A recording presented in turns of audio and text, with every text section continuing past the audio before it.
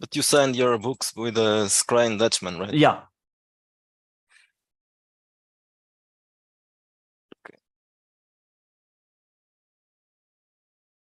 Okay. Your books with a Scrying Dutchman, right? Yeah. Oh. I heard echo. Yeah. So now what? We are live. I think so. Yeah. I'm not telling you. I'm saying we are live. I just checked it. Yeah, it wasn't supposed to be like this.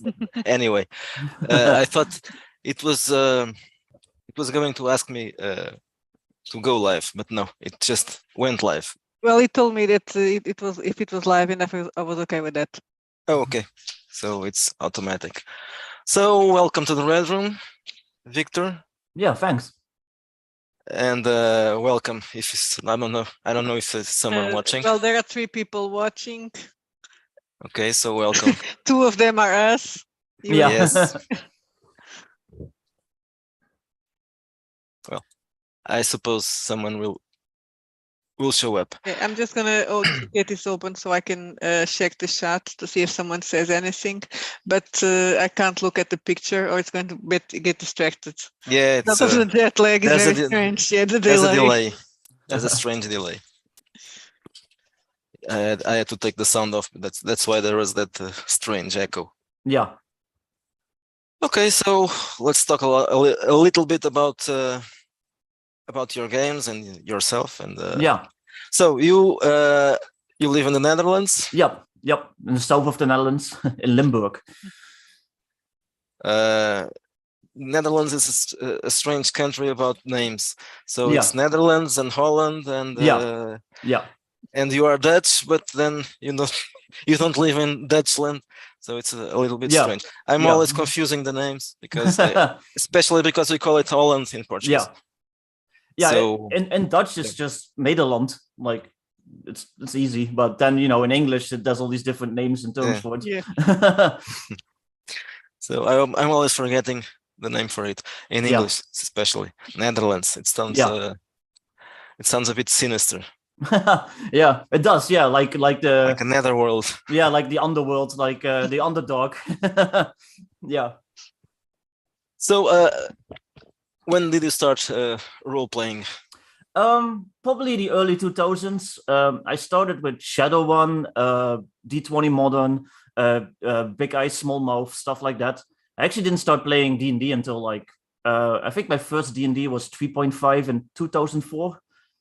Thereabouts. I was visiting friends in America and they wanted to run a campaign, so I got to play it for like a month in person with people, and then I didn't really get to do it again for years until 5th edition came around. Like I started playing D&D again like maybe 2-3 years ago now, and eventually I just felt like, you know what, I'm gonna write stuff for it. Like, seems easy enough. So So you are an exception, because normally everybody starts with D&D. I'm also an exception. I didn't start it with D&D. I actually never played D&D, though now we are OSR, but it's not D&D.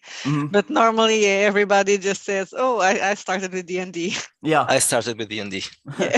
Well, in the Netherlands, I'm not sure how it's over there in Portugal, but in the Netherlands, at least as far as I noticed, there wasn't like a big like tabletop scene over here. Like, I never got to play like in person with people when I was like growing up.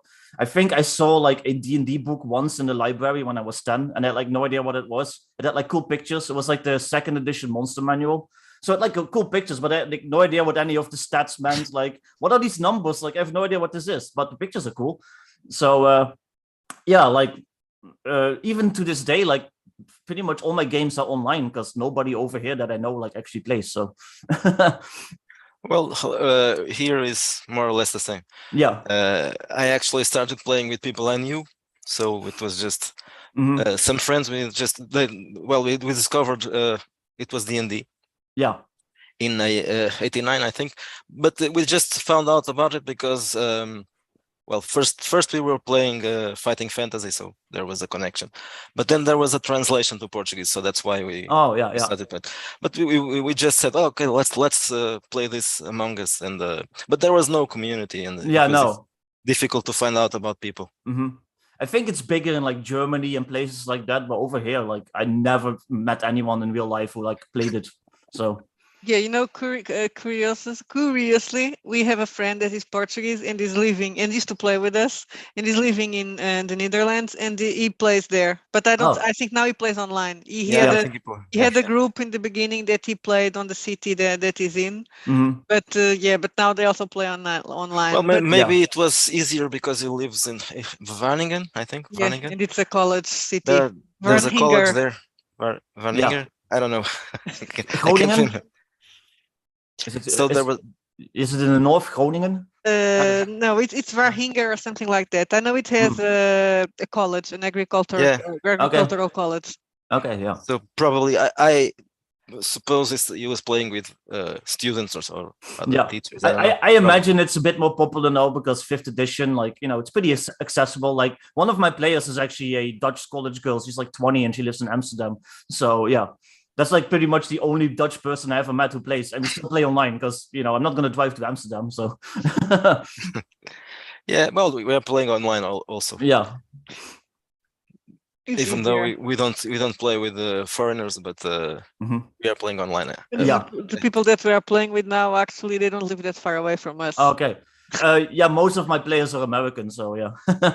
Yeah, that requires an online connection, of course. Yeah. How do you deal with the time zone? Because that's one of the things that we were thinking about. We wanted to play more and maybe play with, of course, with Americans or with we have to play in English, and that will be another problem. But the time zone kind of kills you.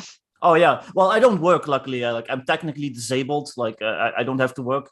You know, my work now is like, you know, writing tabletop stuff, and I also sell vintage typewriters on Etsy. But I pretty much am a night owl. I just am awake at night. Like I actually woke up like 2 hours ago. So I could do that. Yeah, I'm also my job doesn't have a schedule. But anyway, well, she would probably be annoyed if I woke her up at 3 a.m. I would not gonna play at 2 or 3 a.m. I do have to. But I could wake you up. You could, because I remember when we interviewed someone, one of the interviews that you did, that it was too late, and I didn't do it. I kept hearing you talking, and of course, it's a flat. It's everybody. You can hear what I'm saying in the living room. Yeah. My games. I run 2 games a week basically, and they both start at midnight my time. So, and they usually go until like 3 or 4 a.m. So yeah, I'm definitely a night owl. Well, even though it's not that late. Yeah, it could be worse. Yeah, starting at midnight, it's not. Yeah, there was a time I started game sessions at that hour. Yeah, when I was a young man. Now I'm an old dude. I can't do that anymore. I'm almost 40 myself, so yeah. Yeah, but then when I was in college, sometimes we did that. So it was after dinner, so it was a nice time to play. Yeah. Okay, so getting back to the I was trying to find all the games, because I know the ones that are listed in Big Geek Emporium to make it easier now just to share, but I'm not able to do it to search by name. I don't know why. I'm just being stupid and lazy. Okay, we have someone here. Dungeon Simp. Yes. It's not a question. It's saying that. No, I'm gonna say hi. I am a veteran. I lived through a satanic panic. Yeah. Yeah. I think I lived through the satanic panic, but I didn't know it because it didn't reach Portugal. Yeah. I read about it probably later, not at the time, a few years later. Especially because I was playing one of the games that had it wasn't the first satanic panic, it was a second satanic panic, and it was not in the world, just in Sweden, I think. I was playing Cult, and I think they're the Swedish version of the satanic panic there. Probably because of all the black metal and like stuff like that. Yeah, probably. Yeah, I'm certain that had nothing to do with Cult. I think it's just probably. Yeah, probably say some. I don't know. I really don't know what happened. I think someone killed himself, probably. Yeah, and then there was that thing with Varg Vikernes, who like killed the guy. Oh yeah, so, yes, that too. But I think that was later. I guess. Yeah, okay. probably later. Yeah, Dungeon Simp is asking if we all use Roll20. Well, we don't. We use Zoom. Yeah, I use Roll20. I'm thinking of buying Foundry because the Basic Expert, who's one of my friends, you guys had him on before. He ran a game in Foundry and it looks really cool. Like it has like weather effects and stuff. Like you have like a world map and you can set it so there's like fog flowing over it and rain falling and stuff like that. It's really neat. So I'm thinking of buying that. Yeah, Roll20 is it's rubbish. That there's nothing there. You have a very small window for the video. Yeah, it's just a tiny window, yeah. and then the maps there, nothing special. The space you can paste there something. And when we used it, we kept being shut out. So there was always someone that didn't hear or didn't have the camera on. Oh yeah. And we also use Discord, but I don't like Discord for gaming. I think it's too confusing because you need to have different channels for everything. Yeah. Well, I kind of like that because it makes it easier. Like I have a channel for like treasure. I have a channel for like, plot information.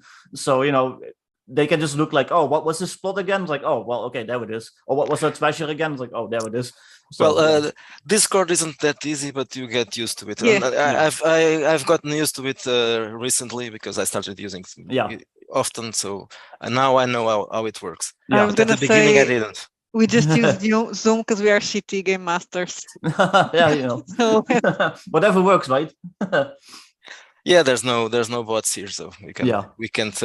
But as I was telling you before we started this, I prefer rolling the real dice. Yeah, and help people do the same, and I trust them. Yeah, yep. I've got I think there's a guy who's cheating. I'm pretty sure he's cheating. Yeah, we know that there's someone that is cheating, and it's not gonna watch this, right? So I can say our WoW player is cheating. I'm pretty sure. Yeah. We should expect that woke people aren't people we should trust. Yeah. So you are playing with a basic expert or just? I've been in a couple of his games, but he's not in my main game. Like that's like a separate group. But on the Gilded server that he runs, which is kind of like Discord but a different program. We've done some games and he's won some. He did a Adventures in Middle Earth game, which is 5th edition. Lord of the Rings. And we actually recorded that. Like the first episode is on YouTube with me like doing my shitty role playing. So that was pretty fun. But we need to get back to that. We just haven't found the time because he has kids. Like everyone that I play with has kids except for me. So yeah, so kids. Yeah, and he has a small kid, right? Yep. Yeah, that's probably even more complicated. We were supposed to stream today. We do like our stream like every Monday night, but his kid is sick, so that was cancelled sadly. But whatever. What can you do? I read that on Gilded. I was there before. I haven't used the Gilded that much, but comparing the Gilded to Discord, what do you think? It's which is best? I think Gilded is actually a little bit better. Discord has been around longer, and they have they have more money behind them, so it might run a little smoother, at its core. But I think Gilded has more options. Like it has like a built-in forum that Discord doesn't have. It doesn't limit you on the file size you can upload. Like Discord, if you want to upload anything over 8 megabytes, it makes you buy a subscription. Gilded doesn't do that. Gilded also doesn't limit the resolution for your video, stuff like that. So I think it's a little bit better. It's entirely free? Yeah. Yep. That's cool. I'll have to try it. Well, I'm there, but I don't have a what? We're not gonna have a Gilded channel. We already you don't have time. No, we have a Discord. Everywhere. I could a Discord channel. I could just change for Gilded, but maybe it could be used for something else, for interviews perhaps. Yeah, I don't know. It's also good just have a community behind your stream that people they can join the channel and chat. Yeah, probably that's why people use it more often. There's that community factor associated with it. Yep. Okay, so as I was saying, let's go back to the beginning. Yeah. And the beginning was when I asked you about when you started playing. So you started with Shadowrun, right? Yeah, Shadowrun. Yep. I used to play these games. They're called multi-user dungeons. It's like, do you know those old text adventures where that's like a description of the room and you have to type look or walk north and stuff like that? It was basically that, but online. It was multiplayer online. And I used to play a couple that were like Shadowrun, like they used the Shadowrun setting, and people would actually run games on there. So it was like all through text, but it was still Shadowrun. It used all the statistics. You could build characters and stuff like that. So yeah, it was lots of fun. And that's pretty much how I started, just like doing it to text. I never played Shadowrun. I always found that mixing the fantasy elements with the sci-fi was a bit strange. I love it personally, so yeah, that's why most people like it, right? Yeah. There's magic and technology, and well, that's what my book, the book that I'm currently like writing, that's in the Kickstarter pre-launch. That's basically like modern and fantasy mixed together, like so. Yeah. Which is this? The quick. What's the name of that one? Basic modernity. Simple modernity. Yes. The simple modernity is the OSR version. Yeah. And right now I'm writing the 5e version, which is a much bigger book. It's like 200 plus pages. It's called The Modern Adventurer's Guide to Guns and Gear. So, but I'm also planning a more expanded version of the OSR one. The OSR one I just kind of did as like a side project. I wrote that in like a week and a half, and I just wanted to get something out there, and yeah, that's the one I bought. Simple Modernity. Yeah. I looked through it. You bought Sylvie. We bought the other one. Yeah, the other one, the West Runners. Yeah. I haven't looked at that one yet. Yeah, that one uses code punches. That's the basic experts like game system. Okay. Yeah. So that's. I looked at that one, and also because we are, it's a apocalyptic game, right? Yeah. So that's something that we were thinking about doing ourselves or playing, but now the basic expert is Fallout. So it's Fallout as well. I mean, you can still do it. There's... yeah, we have a lot of things to do, so we're just like right? Well, it will be on hold. Yeah. Later. There's no hurry on doing it. Mm-hmm. No, you have several things to write first. Well, there's like so many genres of like post-apocalypse. His is Fallout based. Mine's like kind of based on Stalker, like that game series. Stalker the movie or Stalker the games? Mostly the games. Yeah. And the original book, Roadside Picnic. Yeah. I like the atmosphere of those games, but I was terrible at playing them. They're very always hard. dying. Yeah. Even though I played it with those mods, and you could downgrade the difficulty. Yeah. So, but still, it was. I have that problem. I don't like to count bullets, and that. In that case, you have to. Everything is restricted. Ammunition and food, else. medicine, everything. Yeah. Well, it's realistic. It's interesting, and the atmosphere is great. Yeah. I play them not much, but I enjoyed it. It was very, very intense. Well, also with Waste Runners, I wanted to do something set in Europe. There's not that many games that are like set in Europe. Everything is like the US or like, fantasy land somewhere. So I wanted to do like, it'd be fun to like mess up Europe, to have like some big event that makes it all post-apocalypse, and, people have to go in there. So that's what I did. And I would say, in my opinion... Oh, so it's set in Europe, that game? Yeah. Where?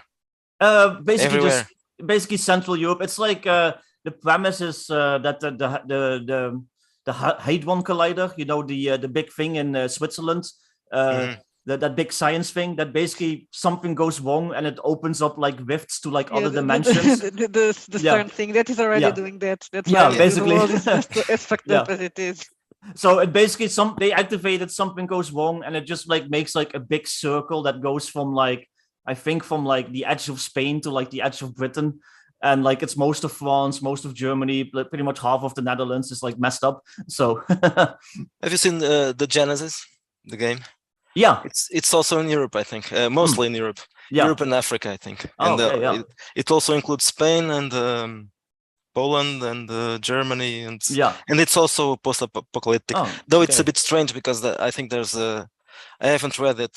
I bought all the books because it's beautiful. Yeah, the art is terrific. I was talking with that about a friend. Like the art is insane. Like I don't even know how they afford it, because it's just some unknown company. It must be some rich guy behind it. I don't know. I think they are probably they did it themselves. I think they had other projects. Probably they are professional. Yeah. So they are probably illustrators, and they also did that project on the side. Yeah, that's probably that, because that must. The PDFs are free, so it's like yes. Yeah, they're amazing and free. Yeah, which is really weird. But well, whatever works they for them. almost it didn't work. They almost bankrupted. Oh, okay, yeah. Yeah. Okay, well, But that I think sucks there was some change, because I think Mhm. there was probably someone bought the company, because Yeah. they are online again, and they have several products which Yeah. aren't the Genesis. So probably there was some change there. Yeah, I can't remember the company name. Something with vodka. 6 More Vodka. Yeah. Okay. Yeah. Yep. Yeah, but I think Europe is a very good place to put well a post-apocalyptic, and not all, of course. We are also Yeah. writing things in Europe, but for a post-apocalypse, it does make sense. Yeah. Yeah. Well, one of my next projects that I want to do for the OSR, I want to do like a fantasy Netherlands. Nobody ever does fantasy Netherlands. It's always a mix between like Britain, like some German stuff, some Viking stuff, maybe some French stuff, but nobody ever like focuses on like, the mythology that we have over here. So I want to do like a fantasy, dark fantasy Netherlands. I'm going to call it the Curse of the Lowlands. So I'm looking forward to writing that. I have to do like a lot of research, of course, but That is interesting. yeah. Yeah, that's it. You are going to write something that's original. Yeah. Well, I'm sure you guys have noticed the same thing. Like, not many fantasy settings are like Portugal or like Spain or like your little None area at all. over there. So, well, there are games from Spain, but I'm not sure if they ever There's wrote Aguirre. something. Yeah, that takes place in Yeah, but Spain or not? I don't think so. It's Spanish. The game is Spanish, Yeah, but okay. I don't think And it's. there's I think it's a la fantasy. triste, but it's Yeah, different. there's that one. Yes. Yeah. So that's not fantasy, but yeah, well, it's Spanish history. Well, Yeah. there may be something. I'm not sure, but the Spanish have lots of games, but they write them in Spanish Yeah. mostly. So Okay, yeah. And it's they're for not them. translated. Yeah. But I don't Yeah. even know if the French have that many games really. Well, if they have, they are in French. I think there's a thing. There's also a niche for, because everybody's writing things about the US or the UK most of the time. So if you just come and write, oh, this takes place in the Netherlands. Oh, this takes place in Portugal. At least it's different. Even if people want to play, we'll move it to America or to the US or to UK or Fantasyland anyway. But at least you're gonna do something different. Yeah. Using other inspirations. Yep. There's definitely. There's that recent free league game called Weizen, Yeah. which is something like that, but in the 19th century. So, but it's dark fantasy in Sweden, using Swedish mythology. Yeah. Or Scandinavian mythology. Yeah, and then there's that one coming out, Dragonbane, which is a translation of a Swedish game, originally Swedish game. That's coming out now. That's also free league, I believe. And then Germany has their own game. They have the Dark Eye, which also got translated a couple of years ago, I believe. But I don't know of many other countries that have like their own tabletop game. Yeah, well, it's not with OSR, but we interviewed Gabor Lux, that is Hungarian, and he has a game that is basically by Helvetia. It's based on Central Europe mythology. It takes place in Switzerland, but it also takes a lot of things from Hungary. Okay, yeah, interesting. Yeah, there's some mythology there from the eastern countries or middle of the Europe also. I don't know why I placed it in Switzerland. Probably for historical reasons, right? I think he explained it to us in the interview. It was because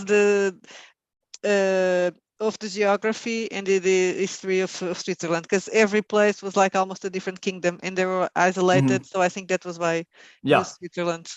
Yeah, Europe used to look a lot different. So yeah. We haven't did any game in not a game, just scenarios.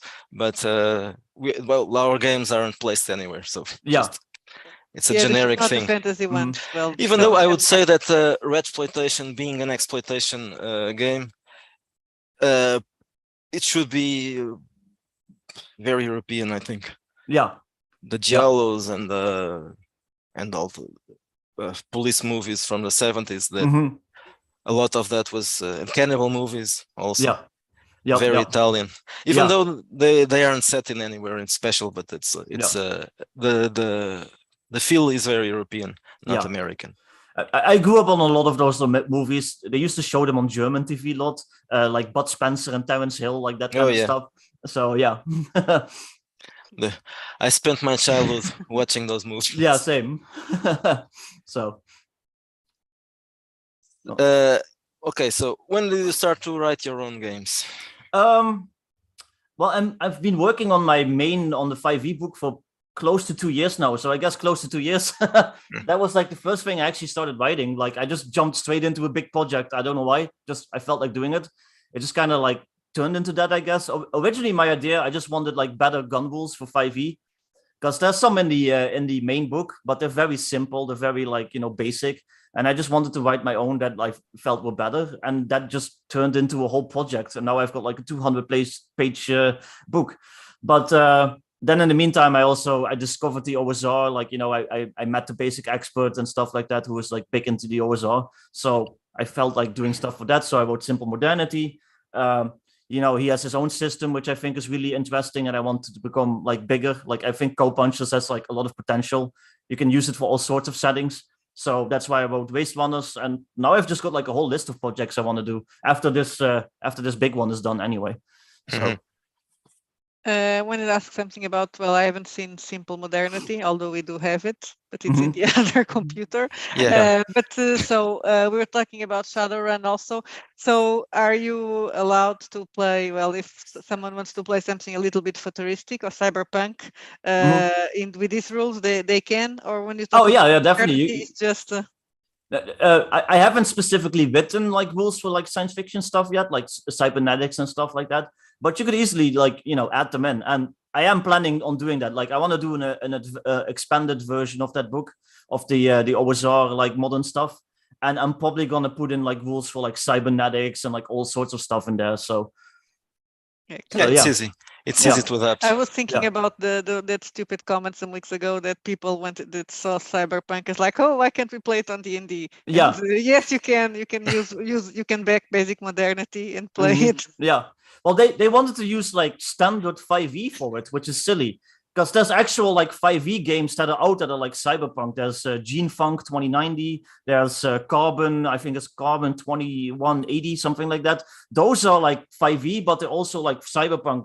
So it's just like, well, if you want to do Cyberpunk, play those, or play Cyberpunk 2020 or Cyberpunk Red if you actually want to base it in the world that from the anime, because it was about Edge Runners, that the Cyberpunk anime.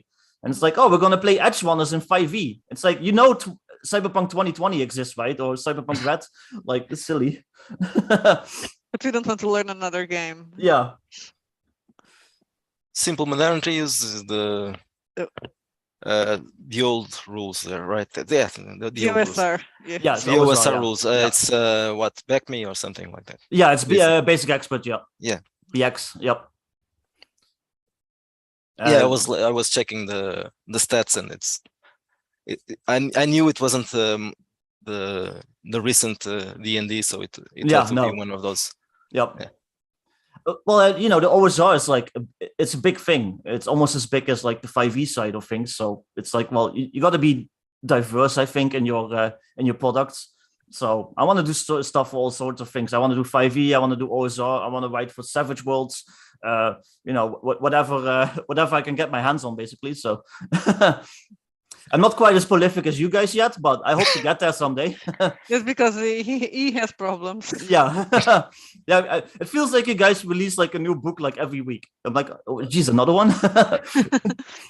Actually, it was literally 1 a week. Yeah. What happened is that last year I started publishing through Postmortem, and while I was waiting for the games to be not games at the time, it's just scenarios to be published, I was starting other projects.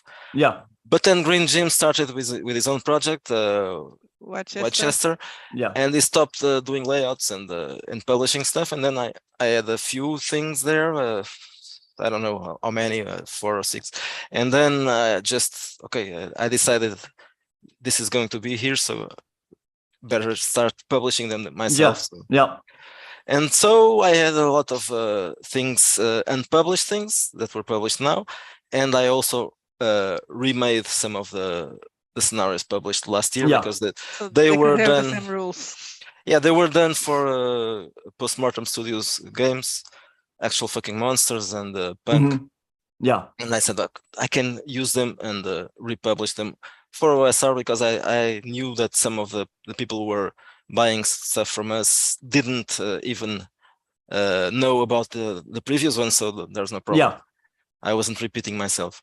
So that's why we published so many things. Now okay, so yeah, it's basically stuff that already existed that you like modified. Okay, so, yeah, that makes a bit more sense. Then I was like literally like they're writing like a whole new book every week. Jesus Christ, like that's insane. Yeah, I couldn't do that. Yeah, no, it's impossible. So, but anyway, I'm right now I'm doing almost as if I did a full-time job.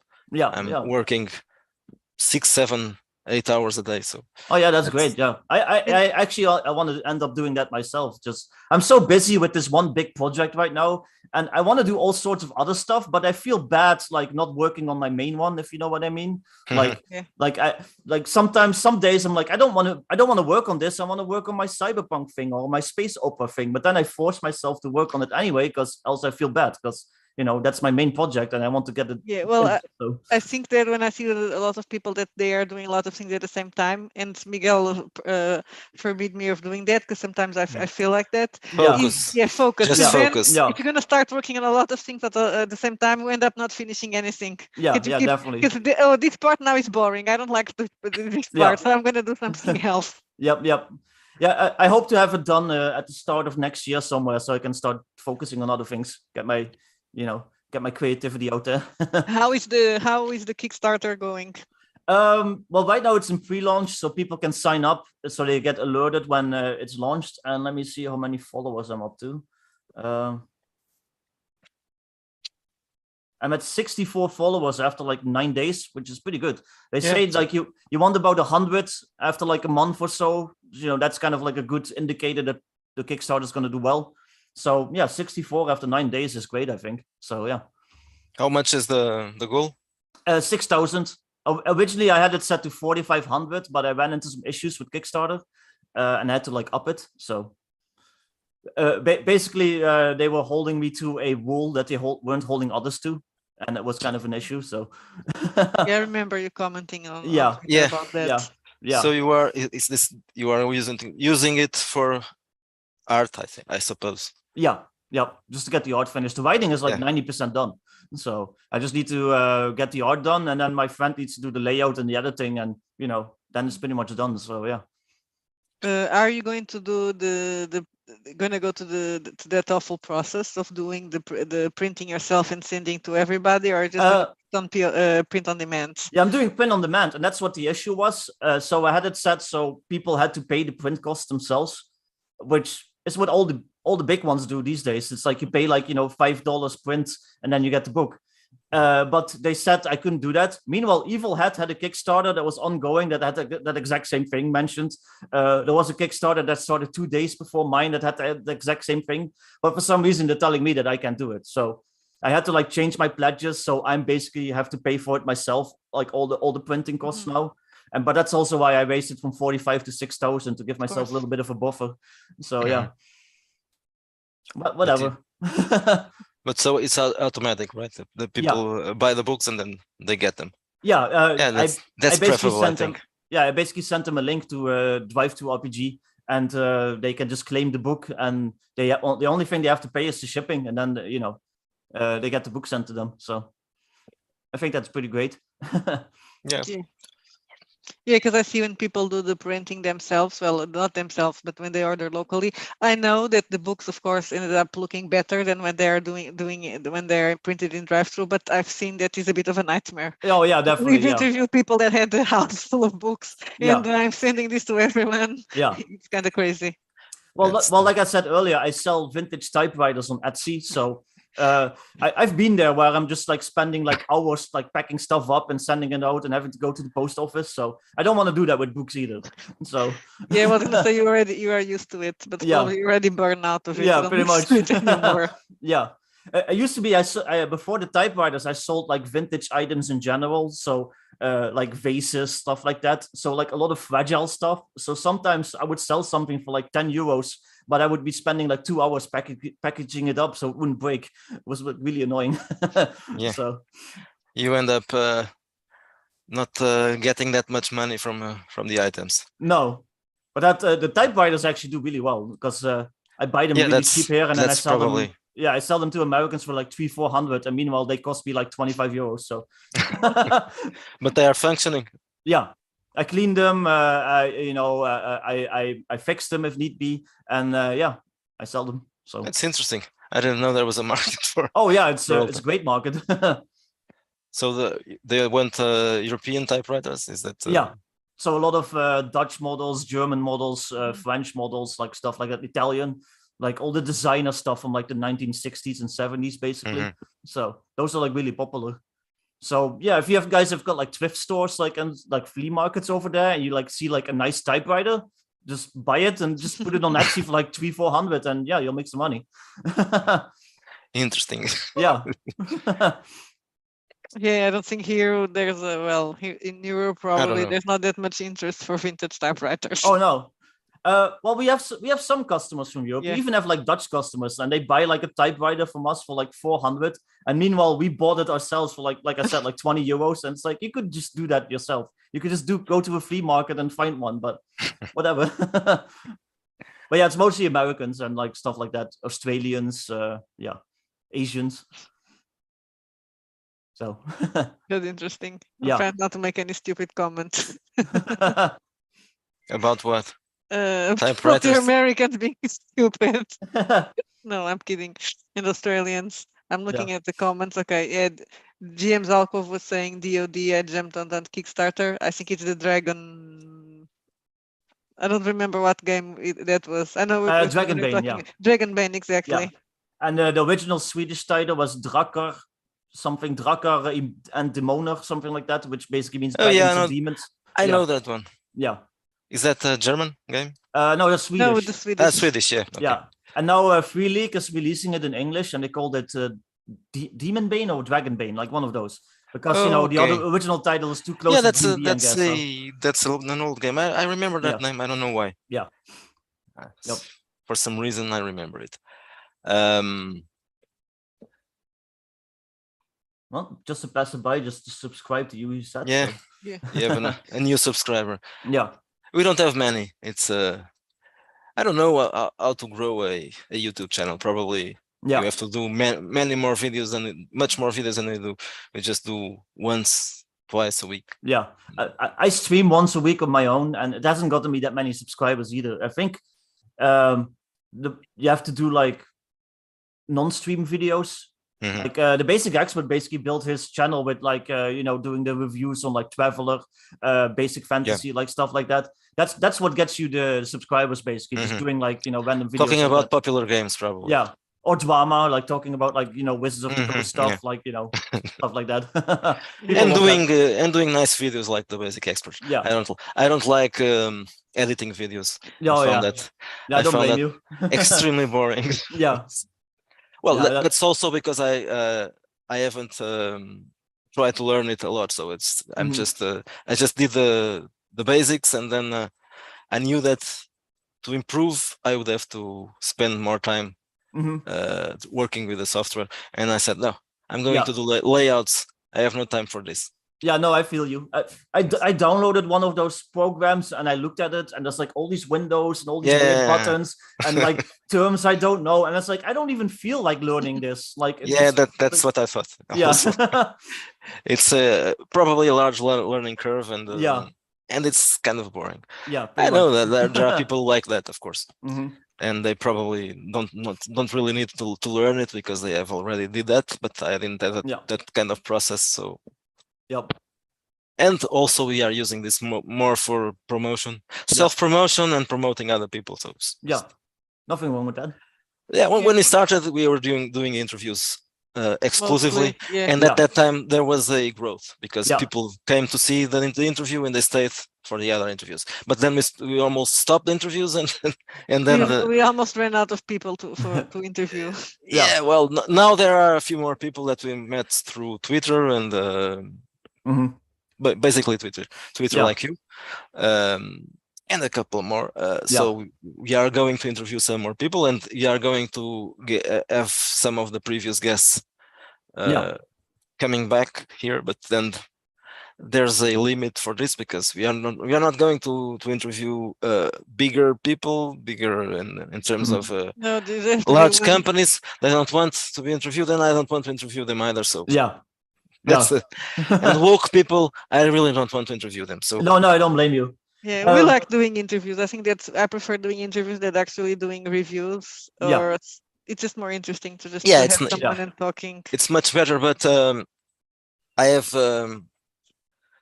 was a journalist, so I did my share. I did my share of interviewing people that I didn't really want to interview. It was a job, so I had to do the interviews. They asked me to, so but now I want to interview people I want to, and so I want to choose. I want to talk to this person. This is not. It's not our business. It's just something we do because we like. So selling books at this moment is the sorry. No, I was going to say, like, the first time I actually saw the basic expert on camera was like when you guys interviewed him. And I was actually in the chat, like, talking to you guys. So, yeah. And then I think I commissioned him for like an art piece and we just started talking. And now he's like one of my best friends, I think. So, like, you know, I'm a co-host on this show now. So, yeah. That was quick. I don't know. When did we interview the basic expert? 4 months ago. Yeah, we need to interview him again because now we have a perfect excuse for that. Yeah. His new game.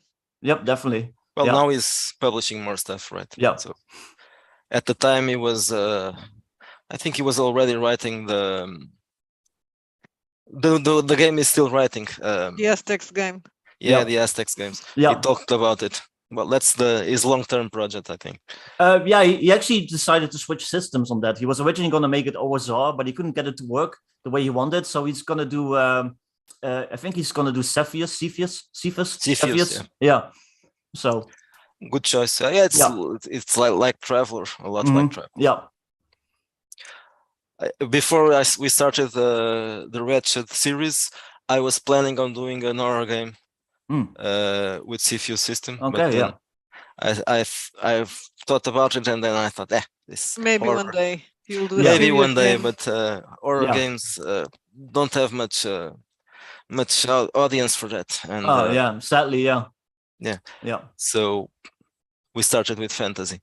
Yeah, which obviously has we got to silver, so with the Wretched Bastards, it wouldn't have happened if I had done a horror game. A Cepheus horror game or whatever type of horror game. Yeah, no.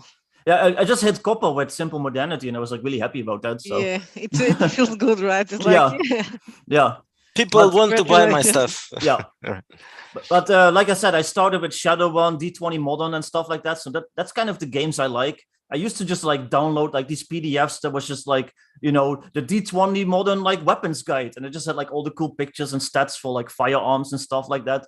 And I wouldn't even play the game. I would just be reading these books just because they were cool. So that's kind of what like influenced my own like, you know, stuff. So there was a company that did lots of that thing. It was the guys who do Rifts, I think. Yeah. Palladium. Yeah. That's it. Yeah, and GURPS had also a lot of books like that. Yeah. The source books for GURPS were a bit like Wikipedia, right? Yeah. Just lots of information. Yeah. About stuff. The system maybe wasn't the greatest, but like the info that they put in that book, in those books, was like amazing. Yeah. Even though in the current times, I don't think they are.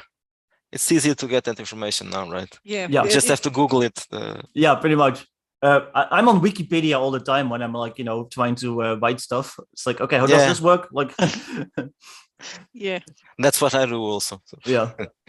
Well, since I write a lot of modern stuff, I sometimes have to Google like, how does plastic explosive work? And then I'm like, no, FBI, this is for my book, I swear. I've done some of those things, not with weapons, more like poison and diseases and stuff like that. And it's like, no, I swear, it's for my book. It's not for personal. Well, you're stuff. lucky because you're not in the US. Yeah, yeah, true. I don't know if they can get you there. Probably not. I don't know.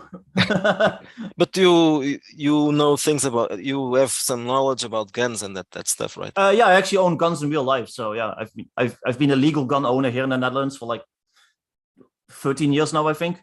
So. When you mentioned that, I found it strange because I didn't know that you could do that in the Netherlands. It's not that easy, but it can be done. Okay. You basically have to have proof that you're not a criminal. You have to go to like, you know, your local city. What's it called? Like the city, the place where they run everything. The city hall. City hall. City hall, yeah. And you have to like request. It's called proof of good behavior. And they give you like a printout, like, that you've never been arrested, you've never gotten into trouble. And then you take that to the gun club and you're like, yeah, I want to join. And then you have like a probation period for like a year where they like teach you how to shoot and stuff, but you can't own anything. And then for like another year, you're a member, but you still can't buy a gun. And then once those 2 years are up, you can like finally buy like a 22. That's like about it. And then after the third year, you can buy like something bigger. Luckily, when I came in, they didn't have that rule yet that you can only own a 22. So my first rifle was like a sniper rifle. But that's that's a nice way to start. I would like to learn how to shoot a sniper rifle. Yeah. But I think a year or two after I joined, they made that a rule that you can only have like a 22 as your first gun. How do you, in a gun club, how do you shoot a rifle? You have a range. Yeah, we have a range. But for a sniper rifle? It's just an indoor range. It's 50 meters, the one I shoot at, but I also go to some that are like 100 meters. Oh, okay. And that's the one in the north that's like 300 meters.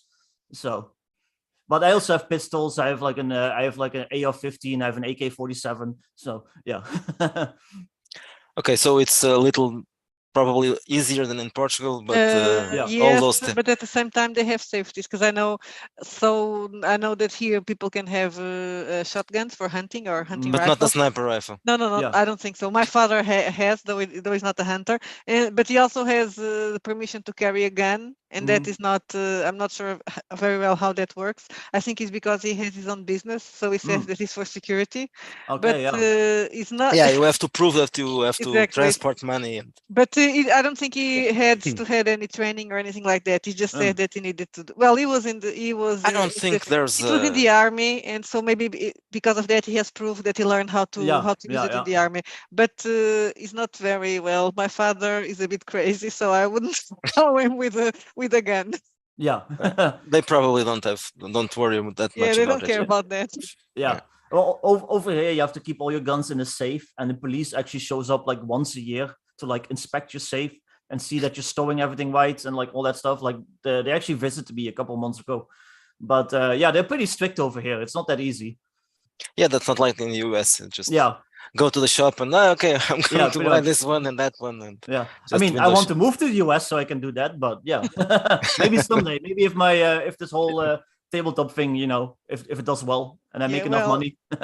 Well, I think the cost of life there is also not that cheap, right? It depends on where you live. Yeah. So I don't want to move to like somewhere like California or like New York or whatever. I want to be like in the middle of nowhere somewhere in like Idaho or like the south somewhere. So yeah. But you are really planning, or just that's just something you'd like to do? It's something I would like to do. I mean, it's not in the cards right now, but maybe if it ever happens, then I'll gladly move there. I never thought about that. I like the weather here. I would move to nowhere in the middle of Portugal. Yeah. Well, no, I wouldn't move. You would. You wouldn't want to. No. Nowhere in the middle of Portugal. So no, I really don't. Nowhere. I wouldn't like to go to nowhere. Just I don't like big cities, but small towns. It's my favorite place to live. A small town. It's but good. here, even Lisbon is not that much of a big town, and we don't live in Lisbon. We live in this in the outskirts. Yeah. In the smaller town. So yeah, I also live in a small town. So I've never lived in a big city. I don't think ever. So yeah. Yeah, it's not that nice. No. Let me see if you have any questions here. No, we have a lot of comments about guns. Calvin is scared because Dutchman with guns. Yeah. Well, he sleeps with guns. And Jed Goswick is complaining about gun laws in US being too restrictive. Yeah. But he says that Shadowrun is a good way to test a generic system. Well, I would say that probably a Dutchman would shoot you, but he will ask your permission first. Yeah, I'm very polite. People say exactly. Dutch are very polite. So can I please shoot you? Yeah. And then you'll say thank you. Well, what Judd said, I think he's talking about like stuff like full auto guns and like stuff like that. Yeah, Like bazookas and yeah, that still requires a lot of paperwork, and you basically have to sell your soul to the government to own that stuff. So yeah. Yeah, well, I don't think that's really necessary. You don't want a bazooka, you just want a sniper rifle. No, Yeah. just a sniper rifle. So when the zombie apocalypse comes, we can go to I the like- terrace, Yeah. the building, and just shoot zombies. Just because I like the sniper games, Yeah, sniper same. video games. They are nice, Yep. and I was better at those than the first person shooters, Oh yeah. like Stalker. No, Yeah. not that one, but sniper games are easier. Yeah. Well, you can just have snipe to- the stalker. It's just you need to find but the right that's it. gun. Yeah, that's of course that's difficult there. Yeah. So what other plans do you have? You said you had a whole lot of plans for things to write. Well, I want to use Cowpunchers, the system, to do a cyberpunk game. I want to do it. I want to use it to do an urban fantasy game. So like vampires and like all that stuff. I have an idea for a space opera OSR game, kind of like Ratchet Space, but I'm gonna call mine Rivets and Rockets, and it's gonna be like 1960s, like pulpy, like space opera, with like the big ball helmets and like ray guns and stuff like that. See what else I want to do. Well, I want to do the expanded version of Simple Modernity, like I said, make it like an actual big book. Like right now it's like 44 pages, but it's like all like single column. I want to like actually write like a proper like big version of that. Maybe actually attach it to Old School Essentials. Like actually use the license. See what else do I want to do. Well, I want to do more like 5 ebooks. I want to do a monster manual for the modern stuff, like modern themed monsters and like NPCs. See what else. Actually, I have a whole list somewhere of my project ideas. Let me pull it up if I can find it. Project list. There we go. Yeah. Well, the urban fantasy with Cowpunchers got thumbs up. Oh yeah, Curse of the Lowlands, like the fantasy Netherlands setting. Yeah, that one we already mentioned. That one I'll be interested for sure. Yeah, that sounds interesting. I like fantasy that it's not typically fantasy. Yep. Yeah, same. I like the darker stuff. Yeah, same. Plus, like I said, I like when it's like touches on like mythology and stuff that most games don't do. Like I said, normal fantasy is like a mix of Viking and like King Arthur and like stuff like that. Nobody ever touches like the Portugal mythology. I'm sure you guys have like all sorts of like legends and stories like over there that could be like really interesting to use, but like nobody's ever heard of. So the same here. I bought some books about fantasy and legends, so I'm trying to pink them up when I have to write scenarios for Ratchet. I already did one of them. The Goat Lady is actually a legend in a story. Of course, I had to put a lot of things, but it's easier. It's just, why do I have to have an original idea? Just let me get inspired by some local folklore. Very likely we are going to not do, because people don't know where Portugal is, so I'm not going even to go that way. So just pick up local stories, local ideas, and then do something, but not explicitly using them, saying, okay, this is, I'm going to say it anyway, but not do a game based on that, because I don't think there would be interest for that. So just fuel for thought and fuel for ideas. I think for that it's cool because it's original, it's different. Definitely. So there's that. So what have you done for promotion? For your own games, for promoting your own games, what have you been doing? Mostly just Twitter and like right now for the Kickstarter, I have a Facebook advertisement going. I have like 3 advertisements going, and those seem to be doing pretty well, at least the last few days. I'm getting like more followers pretty steadily right now. So mostly that. People were saying that I should like advertise on Reddit, but people on Reddit hate everything, and they will just downvote you, and I don't think I can handle that. I'm too sensitive. I don't want to be downvoted and hated by people. Reddit is a bit insane. We have Griffith is always saying that he posts but everybody keeps going there. That is a very proper game. Let's say it. You probably get annoyed if I call him proper, but and everybody is always downvoting him, and they hate him, and they just remove him. I want people to like me, so like I don't want I don't want to read Reddit and have all these people trashing the stuff I do. So just because they don't like that you have guns, like for example, pretty much. Oh, he has a sniper rifle. He should be dead. Or somebody goes digging through my Twitter and they find out that I'm not exactly woke, and they'll just use that to like shit all over me. So I just kind of avoid that stuff. So I don't even know how to use Reddit. Yeah, it's a mystery for me. I've seen Reddit, whatever it's called, channels or I don't know. I used it once and I hated it, so I haven't used it since. It looks very strange. I think it's filled with crazy people. Yeah, pretty much. As far as I know, I think the only times I went on to Reddit was doing a Google search for something, and I was directed there, but I don't really know how does it work, and I don't want to know anyway. Yeah. So we have Max making fun of saying Viktor is sober. Yeah, for now. It's still soon. That's what I told them. Yeah. I know. So you usually are drunk? I don't know. Well, I am on Legion of Myth on Fridays usually. Oh yeah. Okay. Yeah. I never watch those because I'm sleeping. Yeah. If I could be evil, I would say that you have to be drunk to see Legion of Myth. But that would be evil. Well, it goes on for It goes on for hours, right? It could be a drinking game. Yeah.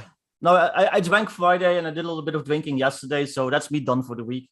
So maybe next Friday I'll drink again. So we'll see. So you go there all Fridays? I try to, and Max has actually been inviting me on the stream itself, like the last month or so. So I it's fun. Yeah, I like hanging out with him. He's a great guy. So yeah. I'll have to watch one of those. Well, on the next day, of course. We watch. We watch some. Well, because I know sometimes Miguel is the one. I've watched some of the videos, but not listening. But sometimes they get too long. I can't take all the time. Yeah, not the chill streams, because that's something to be watched live, I think. Yeah, where you are, and that's not gonna happen. No. Well, it could. That Friday it actually could, but unless I like to sleep. Sorry. Yeah. I might have gotten a little bit too drunk last Friday because I woke up and I couldn't remember half the night. And then I looked back on the stream to see if I didn't make a fool of myself. And I was like, I think I did all right, luckily. So.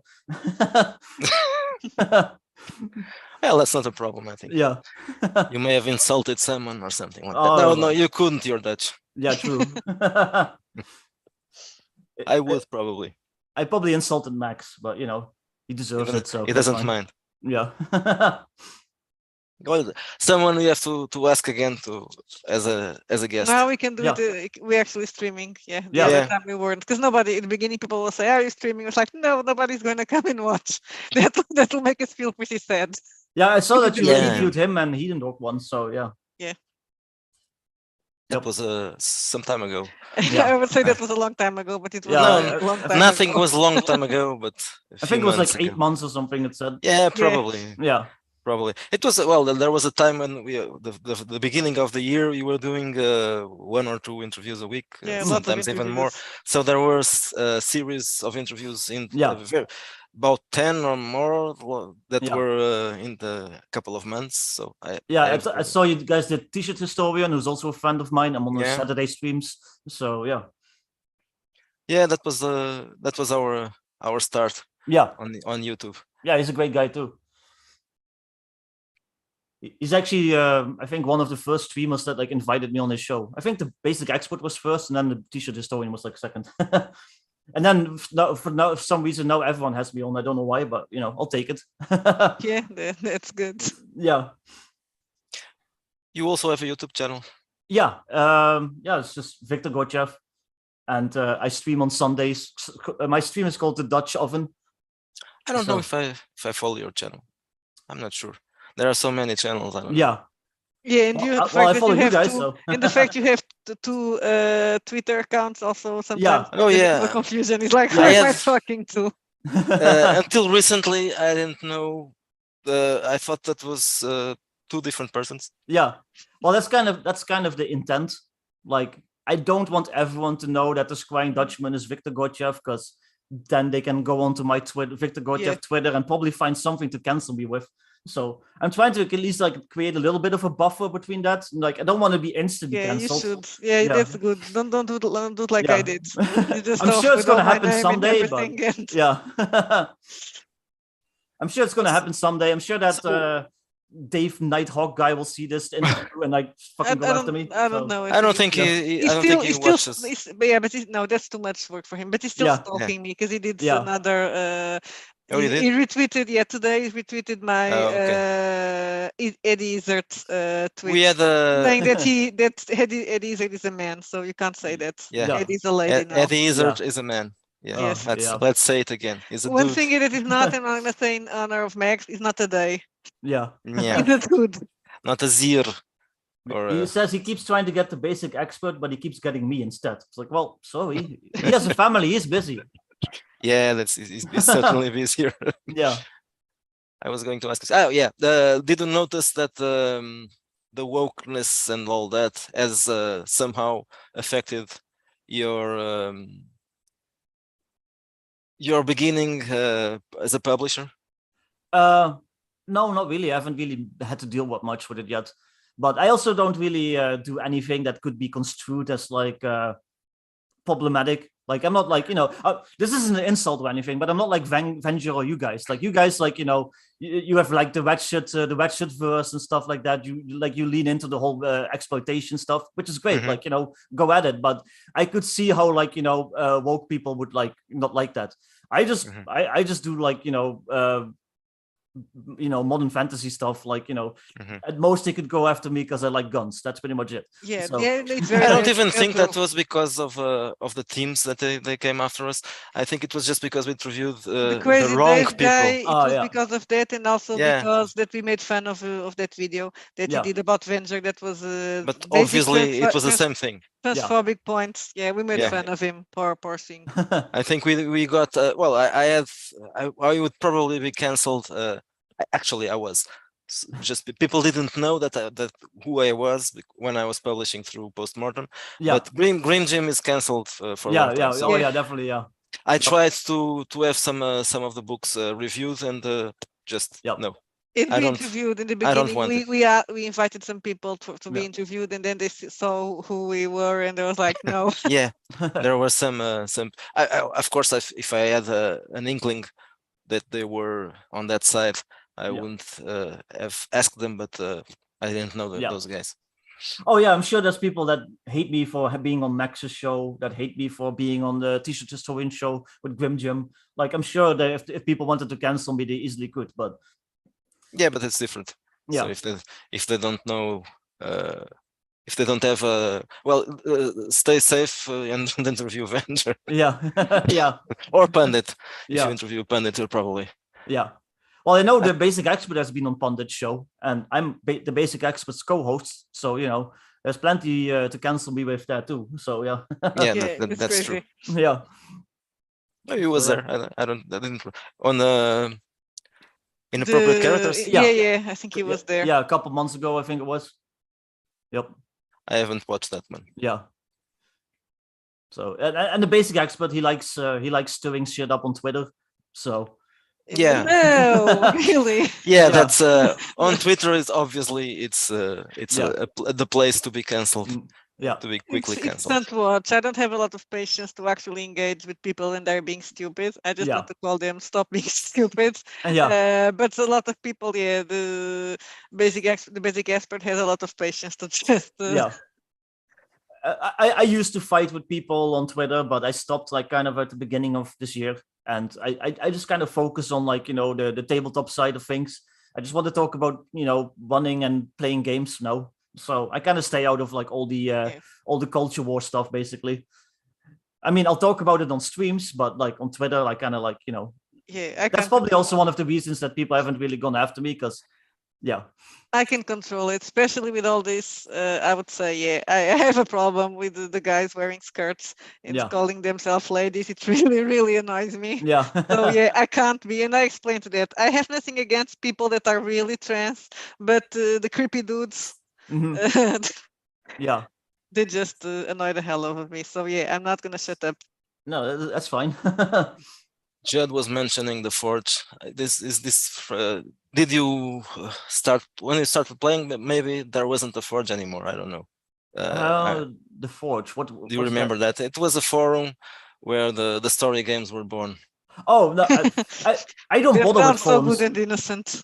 I don't like forums, so I don't even go on any of them. That one was a popular one because it was also, I think if you go back there, you would find all the, well, probably not all of them, but the older wokeists that they started there. It was a kind of a cult. Also. Okay. Yeah. Well, it wasn't a cult, but it functioned like a cult. Inside the role playing. Was the guy who started that? What was his name? Ron Edwards, I think. He wrote a game called Sorcerer.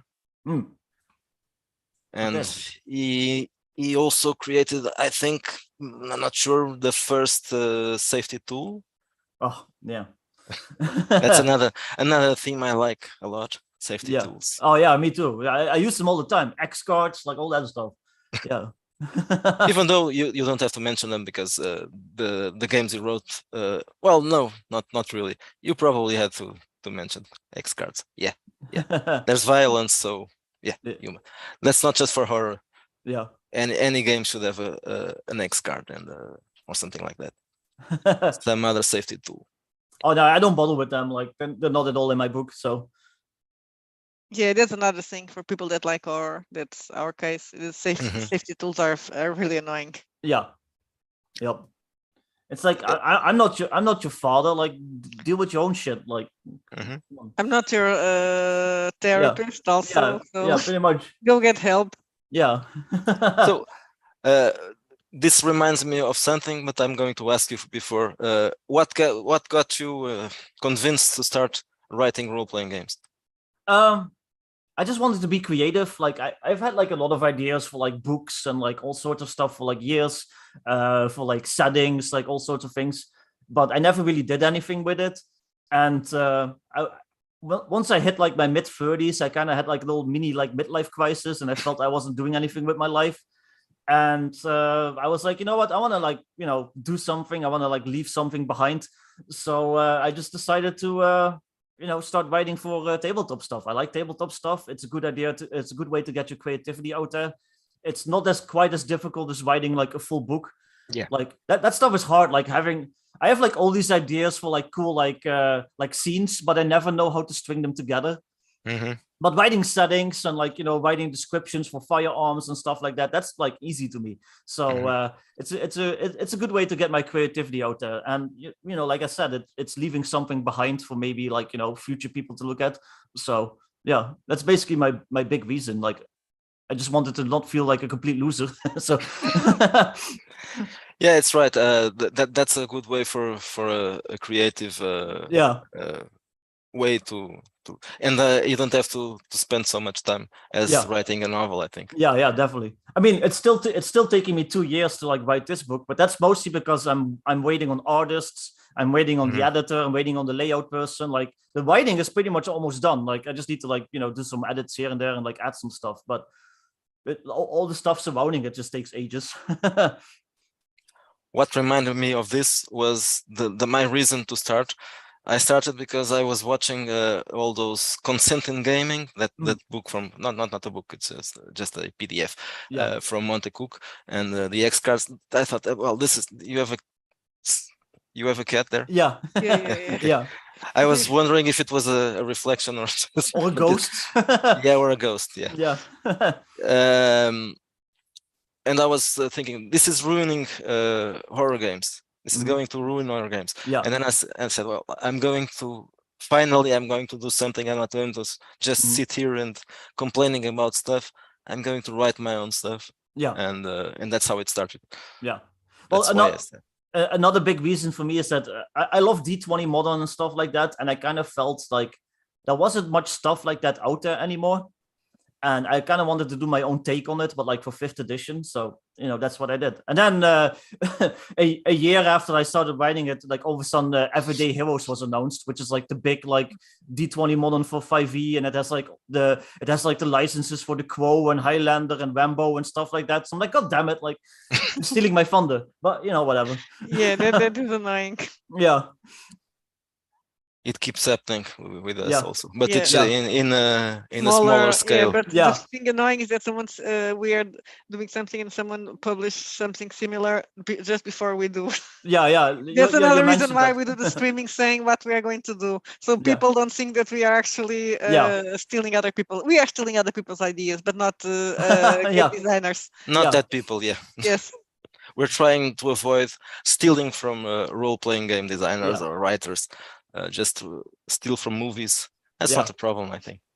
I just stole the basic expert system and then I wrote my own game for it. So Yes, exactly. But I did it with his blessing. So yeah. I'm going to write some adventures I'm thinking about doing next year, probably some crossovers, and I'm going to write something. I prefer writing adventures. I don't like writing games, although that I may help Miguel write the urban fantasy game because I want to do it and he doesn't. Yeah. So I'm going to have to be the No, one. I'm going. Let's announce this on the air.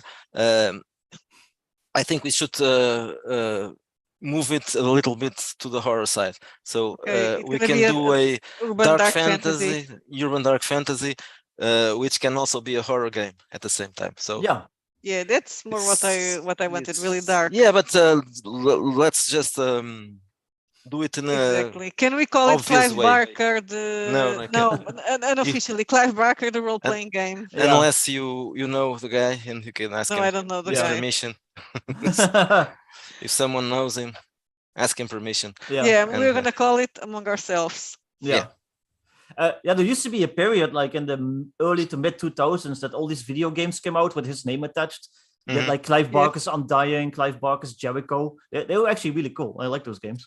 Yeah, I think he was involved in some of them, right? At least in the art or something like that, because he's also an artist. Well, he probably went there and said something about it. Yeah, I like Jericho. The other one I didn't play at the time, so when I played it, it was just a bit clunky. Yeah, it was old. It was old. But I played Jericho. Well, I didn't play it when it was young, when it was new, but I played it a couple of years later, and it's still. But I think there was people didn't like it, right? No, it was a bit buggy, I think. And okay, that's like Vampire in the end. I want a game with vampires that is not woke. Yeah. Well, that's the original Vampire the Masquerade Bloodlines game. That game is great, but they're working on the sequel now, and that one's gonna be woke as hell. So I'm not really. Oh yeah.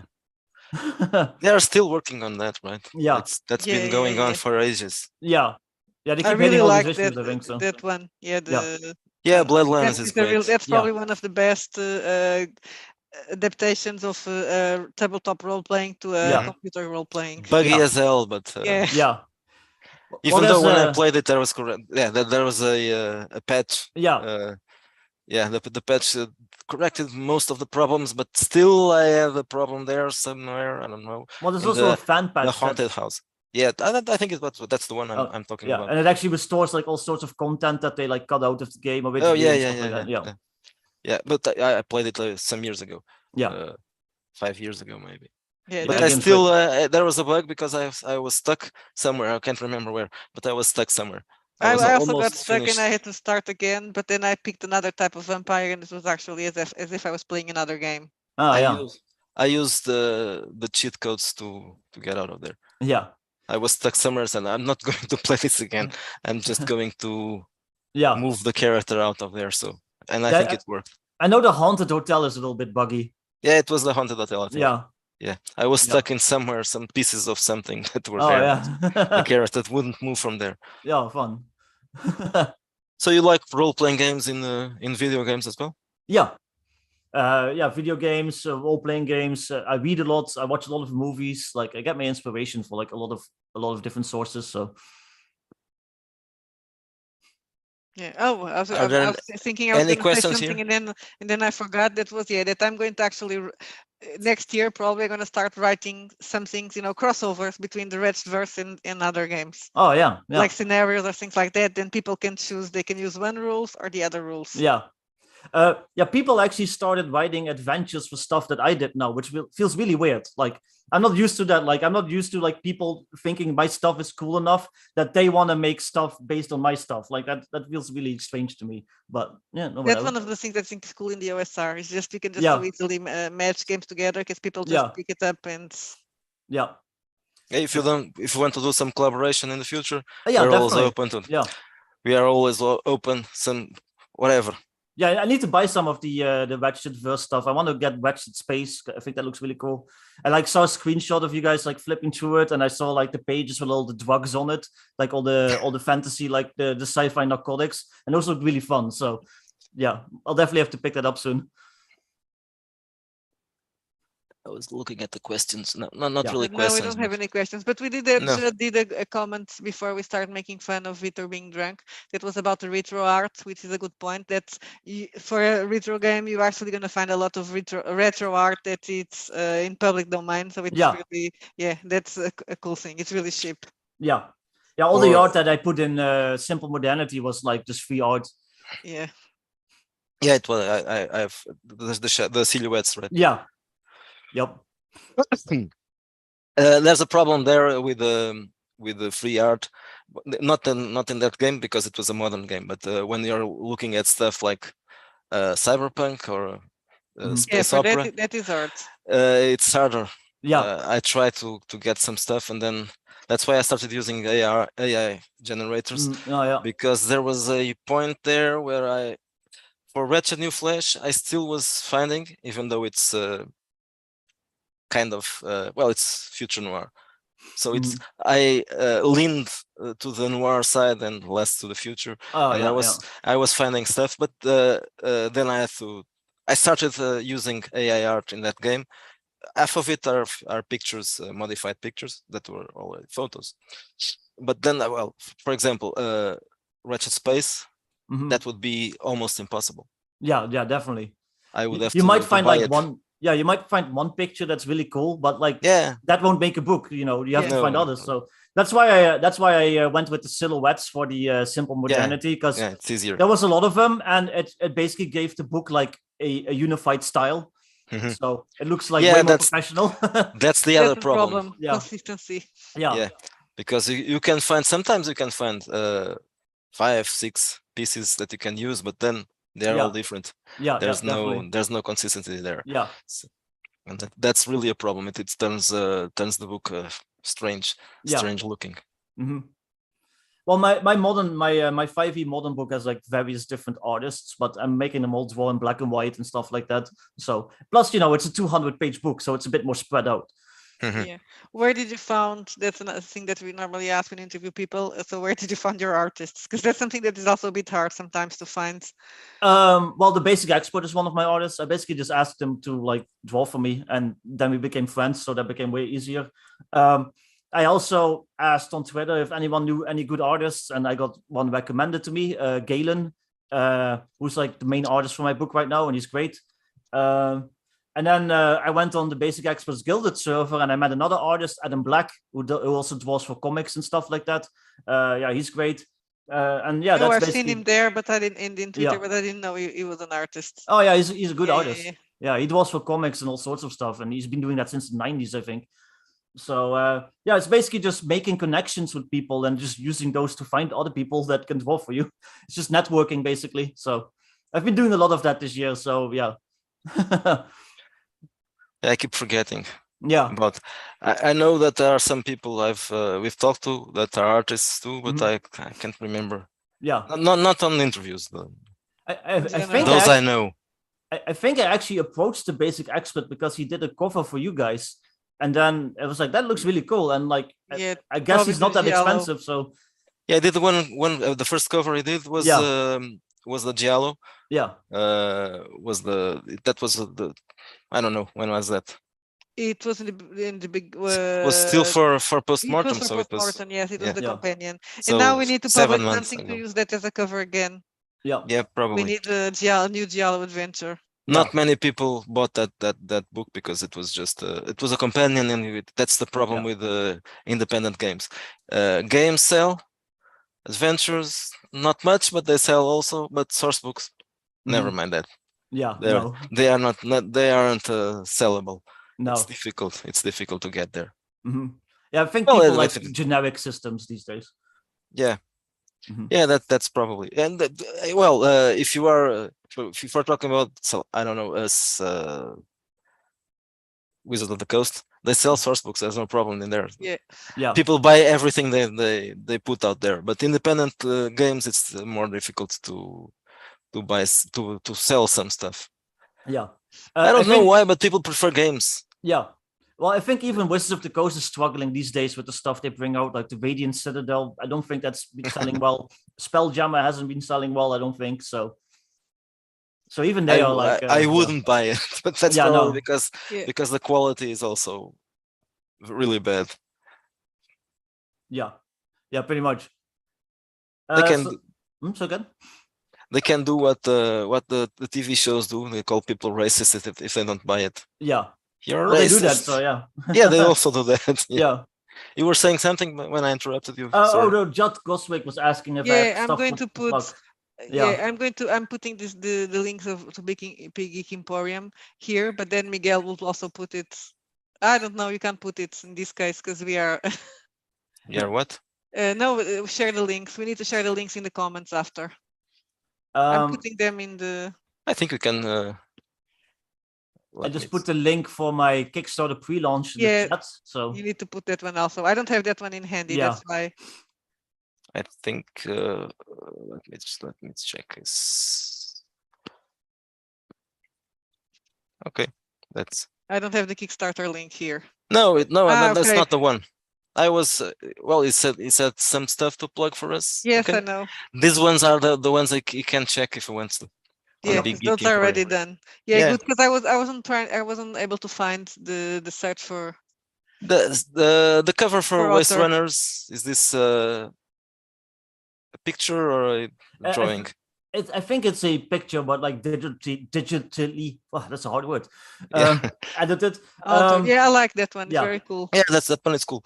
It's so it's stock art. Yeah, it's just a free art. It's free picture that I found. Like both of those projects, I wrote in like a week and a half, and then I did like the layout and like all that stuff in like pretty much like a single night. So it's like all like stuff that I found on commercial free art. So yeah.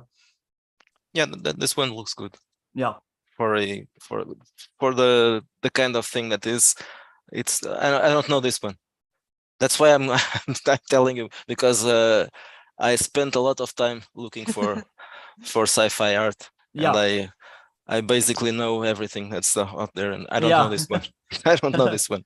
Yeah, I use the site called what's it called? Pixabay. Oh yeah, Pixabay, but that's supposed to be just. Well, okay, I know that one. That's where I got the old art for Ratchet Epoch. So that's I didn't know they had modern art there. Modern, I mean, recent stuff. Yeah. Well, that's interesting. Yeah, I also use those for Simple Modernity because like it's full of those like weird silhouette like pictures, and I kind of like that like old school look of that. So yeah, and like I said, it made the book look unified, like a bit more professional. So so Judd already has Simple Modernity. I got in so I think he already got it. And he's not checking games while he should be listening to us. Nice. He better not. But he bought it now, or well, if he bought and liked, then he's cheating on us. No, maybe he bought it before, probably. Yeah. He already knows he likes it, so. Exactly. That's what. Yeah, people seem to think Simple Modernity is pretty cool, and like I said, I had Copper Seller on it recently, so that gave me the inspiration to do like an expanded version eventually. So I want to make that, like I said, like a thick, like nice book with like all sorts of rules for like modern and sci-fi, like OSR stuff. So we'll see how that turns out. These two are only on PDF, or you have? Yeah, these two are only on PDF. Yeah, because they're not that big. Yeah. So I didn't feel like making people pay for like a print book that's like maybe this thin. So yeah, sometimes it's even worse because of the shipping costs. Yeah. Sometimes it's really more expensive than the book itself. Yep. Yeah, those people usually. I don't know. Probably, I think that's what I usually do, because that's what I do. When I'm buying smaller books, I just wait and order several. Yeah. That's a way to avoid paying too much shipping costs.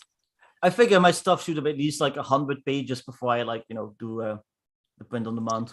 Yeah, but So- if you have several stuff, you'll probably start printing them all. That's what Yeah. we did. We started the first books we had. The first one had 50 something pages, and then 70 something pages, and then I just printed. Yeah. I wasn't sure, but people started asking for a print, and that's. I mean, if people are willing to like buy them, I mean, I'm fine with it. I mean, Yeah, even there's Yeah. no problem, even if if you just sell 5 or 6, there's no cost anyway. Yeah. So it's print on demand. So it's just Yep. the only thing you have to do is waste a few hours trying to get that together, because it's not that easy to Yeah. fulfill all those demands at the Yep. first time. Then you just repeat. You Yep. just rinse and repeat. What you are using for layouts? Affinity. It's yeah, called okay. Affinity. Yeah. Yeah, I used to use same I use. Scribus. Yeah. I used to use Scribus or Scribus, whatever you. Scribus, yeah. But it's lacking some stuff, like the ability to make like tables and stuff like that. And Affinity like works nicely for that. So yeah, I like Affinity. It's simple. Yeah. And the Affinity Photo as well. It's much simpler than Photoshop and all those all those programs.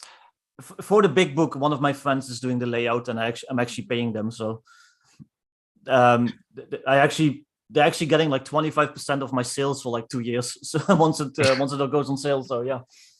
Okay, so that's an easier way of doing it, right? Yeah. So Paul is asking what system does Modernity use. So let's remember, Simple Modernity is OSR. Yeah, it's BackMe, BX, right? Yep, BX. Yep. I'm the only person who calls it BackMe, I think. Yeah, that's why I learned it from you. Yeah, I don't know. It's BackMe. But it sounds cute. I like BackMe. Yeah. Yeah, most people call it BX, but it's the same thing. I think basic, expert, whatever. It's BackMe means. Yeah. Immortals. I don't know. Yeah. It's all the names for the books. I don't know what are the other ones. It's basically what the Wool Cyclopedia is. Yeah, that's it. Yeah. That's what I used. Mm-hmm. I used the Cyclopedia. I didn't because I would have to buy all the other books. So I bought the Cyclopedia. Yeah, I like BX because it's easy and simple, and it's easy to write for. So yeah, like, and to adapt things. It's it's very, and that was another reason in my case, because I started with that. That was my first system. Mm-hmm. Yep. So I was never a D&D guy. So when I decided, okay, I'm going to go for OSR, what am I going to use? Well, the thing I know. Yeah, but when I wrote it, I basically had just a copy of Old School Essentials and Basic Fantasy open like next to it, and I just kind of tried to follow its general layout and like how stuff worked. So I think I did pretty well with the classes and stuff. People seem to like them. So I basically just completely made stuff up and winged it. So, but apparently I did well. So yeah, I did basically the same thing. Yeah. And so I think it's in this case it's probably the basic system was tried and tested for so many years that if you change a few things, you don't break it. Yeah, it keeps together. It keeps together. Not the same thing when you are trying to come up with a different, a totally different system, a new system. I wouldn't try that. Yeah, I wouldn't do that. Because you're not good at math and probabilities. I suck at math. Well, that's basically what I had to do for the 5e book. I had to come up with rules for firearms, like all this new stuff surrounding them. It wasn't that easy, but hopefully people think I did well when that comes out. Problem with 5e also is that because it's so bloated, you have to like half the time you spend just like closing all these loopholes so people don't break stuff. So they can't use a rule, and it's like, well, if I do this and then this and this, I can like nuke a whole city, like so. I don't even own the 5th edition, so Yeah. I don't know how it works, but I know that's it's much more elaborated. I don't know. Yeah. It's complicated at least. Yeah. Yeah, definitely. You play 5th edition, so Yeah, but I also play other games. I play OSR. I play Savage Worlds. I'm actually thinking of switching from 5e to Castles and Crusades. I'll probably still use 5e for my modern stuff because I wrote it, so I want to like actually use it. But for when it comes to fantasy, I'll probably switch to Castle and Crusades soon. So okay, basic, expert, companion, master, and immortal. So I was lacking the companion and the master. Yeah, that's it. Companion and master. I couldn't remember either what it stood for here. I think someone canceled me. Calvanoni, he canceled me. Yeah, you just made probably stuff because the worst part is he called you a day. He called me a day. Well, they just made stuff up. Maybe just talking about the three of us, but it doesn't matter. You are the one that is canceled, so he's calling you a day. A day them. Yeah. Probably. I don't know. Well, any more questions or? Yeah, let's see. Anyone has questions? Let's see if anyone has any other questions. Of course, we have a jet lag. Yeah. Not a jet lag, a delay, but I like call it a jet lag. In 1 or 2 minutes, maybe we have some questions. Yeah. Anyway, congratulations on your copper. Oh yeah, thanks. And good luck to the Kickstart. Yeah, I'm hoping it'll do well. People seem excited for it. So when does it launch as a Kickstarter? I'm thinking next month, probably on the 7th of next month. The pre-launch will be in a month, so I'm probably gonna launch it then. It depends really, like so. I haven't set like an exact date. So. Oh, okay. You're not a D&D guy. That's why you're being cancelled. Yeah, but we are writing BX rules now, so I think we can. Yeah. Can we be excused, please? Be excused? I mean, back me. I think that counts as D&D. You're using the system, so yeah. Yeah. Jed has a good question. What do you like most about the Cowpuncher system? Just how flexible it is. Like John, the basic expert, he wrote it like just to be very rules light and to leave a lot up to the GM. Like there's not a rule for like every little thing. Like a lot of them is like, if the GM says this is how it works, this is how it works. So it's very easy to adapt to like different settings and like different systems. Like when I wrote Waste Runners, he didn't have like a system for like armor because in the Old West you're not wearing like a body armor. You might like strap like a plate of steel under your poncho like in Eastwood, but that's about it. So I actually had to come up with like a whole system for armor, and I just plugged it in and it still works. Like it didn't require like a modification of the rest of the system. It's just something that I plugged in there, and now anyone that wants an armor system for Cowpunchers can just use mine basically. And you can just take shit out if you need to. You can add stuff if you need to. So it works great for like different, like I said, different settings. I want to do a cyberpunk book for it, set on Mars. So I'll have to come up with rules for like cybernetics and shit like that, but I think that'll be easy.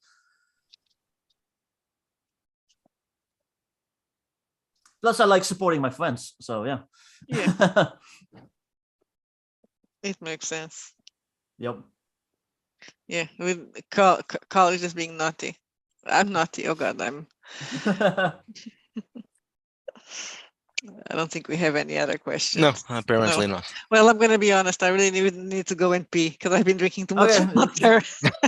Well, we can end it here. That's the problem I have. No, we can. I can still hold it a bit. I'm not that bad. But there's a problem I have with the interview. I was forgetting about that. Yeah, no, I can't drink too much water when I'm doing an interview. Yeah. But it's still feeling like summer here. Yes, and we're almost in November. Over here it's getting pretty chilly, so yeah. Yeah, it's because you are in the Netherlands, of course. It's gonna be really cool. But no, here it's still too hot.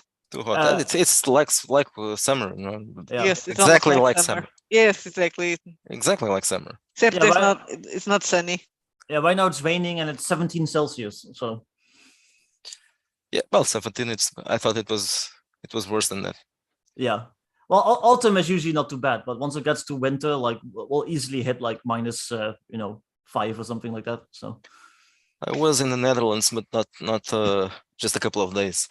And I think it was. I was there, but in the summer, so it was okay. It was really in I think August. I So was there in spring.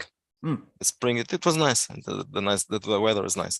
Yeah, but it was well. It's we have nice springs. We have like pretty hot summers, and then the winters tend to be shit. Yeah, snow and all that. Right? Yeah, or lots of cold rain, which I hate more. Really, I would rather have snow than cold rain. Yeah. I don't like rain. I would rather have snow here. Yeah. yeah, If you well, didn't have rain. I had an experience with cold rain when last time I traveled, because I went to Hungary in November, because I discovered that traveling in winter is really good because you don't have tourists everywhere. Yeah, of course, definitely. then the weather is shitty, and I caught some cold rain. It was really cold. It was like, oh my god, what this is? I'm freezing. Yeah, I don't like it either. Okay, so let's Sylvia go pee. Yeah, a brilliant way to finish. So yeah. Okay, so welcome. Stupid. Good. Good good day, week good night. a good rest of a week good, for you and good luck, and we'll see for you each other guys on. if you are still there. Yep. And thank you for coming, of course. Yeah, I had fun. It was a great interview. Good talk. So okay. Okay, see you soon. Bye-bye. Bye-bye.